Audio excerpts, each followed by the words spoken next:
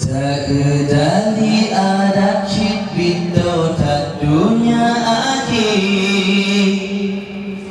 maksud membagotat jep-jep tempat kabilahi anak jitempoh ya jitempoh ma butat ganje jino dum di Aceh but langkah nyaka terjadi akidah dalam badan pergaulan menjahit utama halam narkoba penghancur generasi. Nah yang pegah roh Allah di Aceh nyoka lahir pegah roh Nabi Isa di Aceh tak terjadi menyaka ulama syikit terjut Yahudi nyawa pengikut daja halia darah tak semati nyokan haba kegura haba nyoka terjadi nyoban kadi Aceh syita preh-preh balarapi penjagaan nyawa hepoma dengan ayah benar peturi Allah nepasa iman lam dada bekne karasi kula sampai hanji turi daya betan pebebah anak pergaulan jaga betul makut ke Allah azab tak urut terima bek gara-gara anak Mesir lam neraka belum HP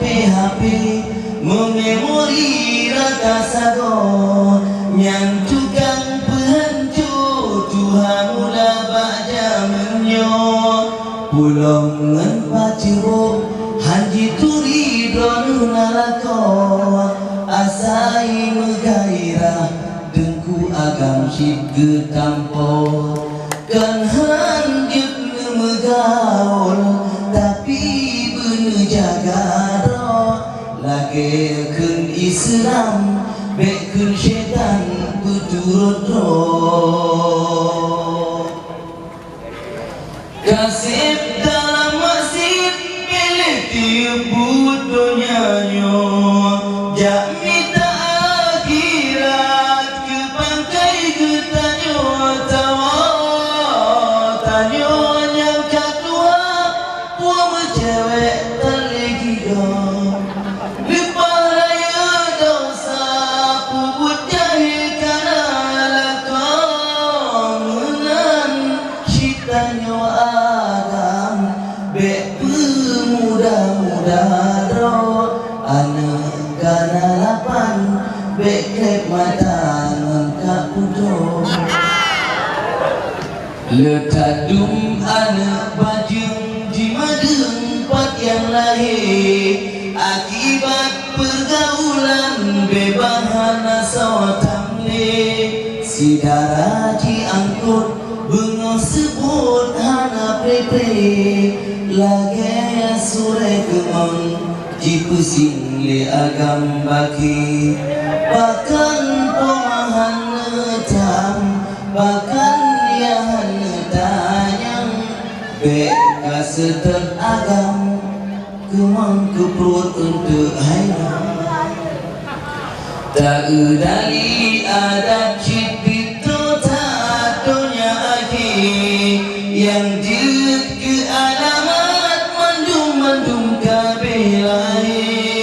lun pegat syairnya kan kengkeran bahati